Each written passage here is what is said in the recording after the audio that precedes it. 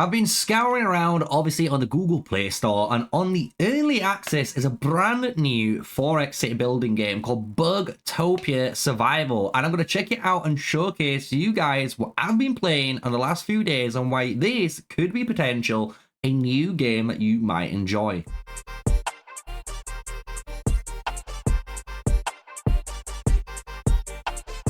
Hello everyone, yeah, smash a like, comment and subscribe for more daily videos with me, MrSneakyy, the one and only, and we're here playing BUGTOPIA Survival. That's the full game name. It's in early access. If you are in the EU, you might be able to play it and join us all on, I believe, server H1, which is the only server at the moment which everyone's on. And the cool thing is, this game reminds me of another game I've played before, and you might have remembered it on the channel, which is Whiteout Survival. And once we go through some of these mechanics, you'll understand why and why this is kind of a cool game, and you might enjoy it. So I'm going to be playing it on my phone here. We're doing a quick live boop, boop, boop, as you can see. So everything I'm doing is in front of you guys. So the beautiful thing about this game is when you go into the actual city, right? So if you go into the actual area where you're going to be building all of your units, your main HQ is nicknamed the Purifier. On the top is basically all the kind of like important things that you can be doing on a daily basis, which is kind of good. So it kind of separates the activity from the building and training areas. And then when you go down, kind of like bugs do, which is kind of cool, you will see your area. This is everything that's in the game that you're able to go for. See, I'm almost at the final bit, which is kind of cool, because when you go to unlock new zones or new buildings or just new event areas in this game, you need to beat a little boss underground. Once you beat it, it just unlocks it, which is a really cool little feature there. The one thing in this game which will catch a lot of you guys out is the troops. So I'm going to put the troops on first, because this is where a lot of people might have a make it or break it deal, but I promise you it's not as bad as it seems when I explain it. So here you've got your tier of units, and you can see you've got tier 1, 2, 3, 4, and already I'm tier 5. And if you're a Call of Dragons player, you're going to be like, Sneaky, are you whaling? And no, I'm not, because in this game, T5 is not the actual highest point. This is kind of the middle point of your troops. You can go all the way across, all the way to T11. Yes, you heard that right, T11. And it is kind of crazy, I know. But the thing is, the way they've done this game, which is kind of cool, is your T4 units in Call of Dragons are basically this T7 and T8 unit. And the difference is when you go to the details, you can see the CP and the load difference on this level 27 unit. But if you go to the T8 unit, it's that little bit extra. It's a little bit more than the other, right? However, when you compare this to a straight T9 unit, right? So if we go to T9, you've got a 45 load cap and 31. So basically, this is almost branching the middle section of all the troops. And the cool thing is with this game as well, to unlock troops, all you got to do is upgrade the buildings. So in this game, when you go to your tech area, which is called the battery center in this game, you'll notice you've got development, battle, economics, defense, and battle 2. And the thing is, when you go into the battle area, this is where you would assume you'd get your tier 4, 5, 6, 7 troops, but it's not. This is just where you increase your stats. So this is just where you're able to make all of your units stronger and stronger all the time, the longer and longer you play this game. So if you want to unlock more troops, you just upgrade the building, which is kind of cool, right? You upgrade the building, you're going to be able to train more troops over time and get access to newer and stronger troops from doing so.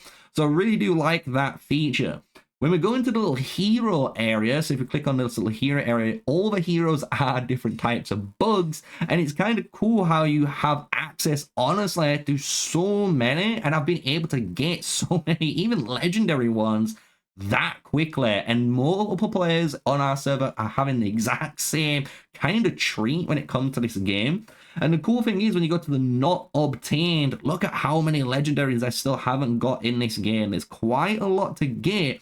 And you probably were worrying there like, oh no, this is going to be a really hard game to level up on. It really isn't, because the way you can unlock heroes from the get-go is in the nursery. And in this nursery, you can see every 20 you're always guaranteed a purple or a legendary, right? So purple or an orange hero every 30 spins. I've already done 10. That's why it's on 20 attempts.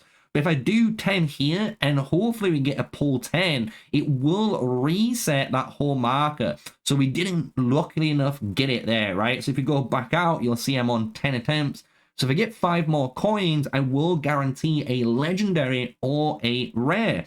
And the cool thing is you can look at the pool. And the thing is, in this game, every hero, apart from one, I will admit, every hero, though, in the game is available to be summoned, which is kind of nice. I kind of like that feature that you're able to earn every single hero in the game, apart from one, which is Stinger, which is kind of like the top-up equivalent. You pay $5 and you get the hero. That's just how it works. Or you can pay $20 or $15 just to get a little bit extra if you want to, but you still unlock the hero. It's just you pay $20, go in day 1, day 2 log in and get another claim, and day 3 and get a third claim. So honestly, it's a pretty good game when I've been playing it so far. If you're wondering how combat works in this game, it is more old school compared to the stuff of Call of Dragons, but it does change the way the game is played. So what this means is it's a very attack/rally style combat system. So anytime you attack something in the game, so if I just go to search out, for example, a level 11 Predator here, if I go click and then attack, we can choose what heroes I want. I could clear that hero pool too and select different army combos that I can save over time. And then hit the deploy, and you can see my march is going there now. And I can recall it. I can even use some special stuff to speed it up even quicker, which could be very scary if you're sniping enemy, you know, castles from really far away and they think you're like an hour away, and next minute you're like 20 minutes or a minute away, depending on how fast you speed. But here's kind of the combat. I'm not going to sugarcoat it. That is how combat works in this game. You have just rallying and going forth. But when it comes to fighting, as you can imagine, other alliances, this is where it becomes really cool. Because if you are scared in Call of Dragons on taking a hit, you can't be in on BUGTOPIA. Because on BUGTOPIA here, you are fighting basically without your shield on, and your alliance members all around are reinforcing you, so you actually don't take any of the damage, and they basically, you know, beat the rally that's going on to you. So it's a really cool little structure, and it's all about just rallying and garrisoning in general when it comes to the main PvP combat. However, there is different kind of modes in this, right? Just to showcase a few of them off, if you go down here, you can see we've got like the baseball expedition and the ultimate challenge. These are kind of just two little like PvE areas you're able to go and play in. And if you go into that baseball expedition, this is kind of like your main campaign. So you can see how my main campaign's going through. We're on 511. If I click challenge, this will be very reminiscent to Rise of Kingdoms players and other games and other city building games where you're doing an auto battle kind of fight. So here you're going to try and choose your best formation. You can see with your formations there is faction bonuses in the game.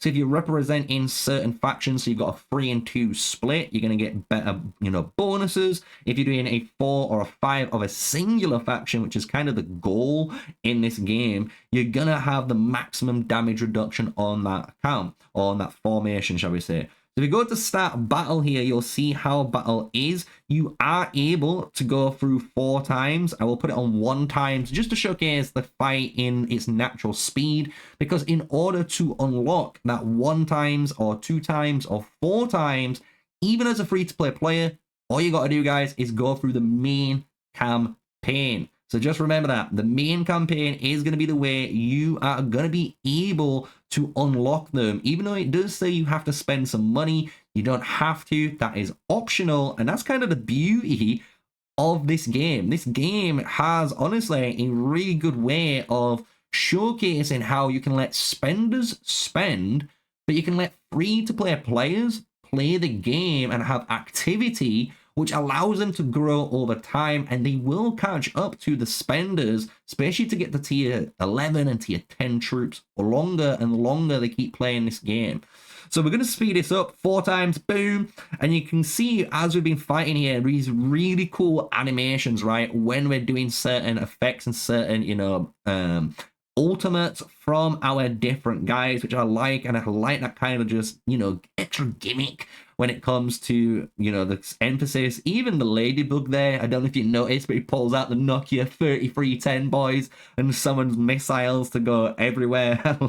I just love it. I just love the fact that this game has this cool cosmetic, and you can see there is like the second kind of PvP game mode. This is used, if you are wondering, in the Can Arena, and this is where you fight against other players, again similar to something in Rise of Kingdoms and other games like that if you've played them, where you're fighting against other players against their formations to climb up the ladder, right? So really cool, and you can see it has so much stuff already to go into and what you're able to do in this game.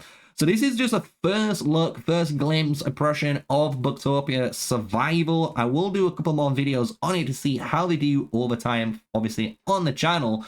But if you like what you're seeing and you want me to do some more of it and give it more of a chance than I did with Whiteout Survival, because honestly, I do regret not continuing that game, because that game turned out to be a really popular game, a really good game, and I actually enjoyed it a lot more as well. So let me know what you think. Should we do BUGTOPIA Survival on the channel, or shall we not? Hit the comment section down below. And if you've enjoyed this video, smash a like, hit the subscribe button, share this about, and hopefully we can get this BUGTOPIA adventure on the way.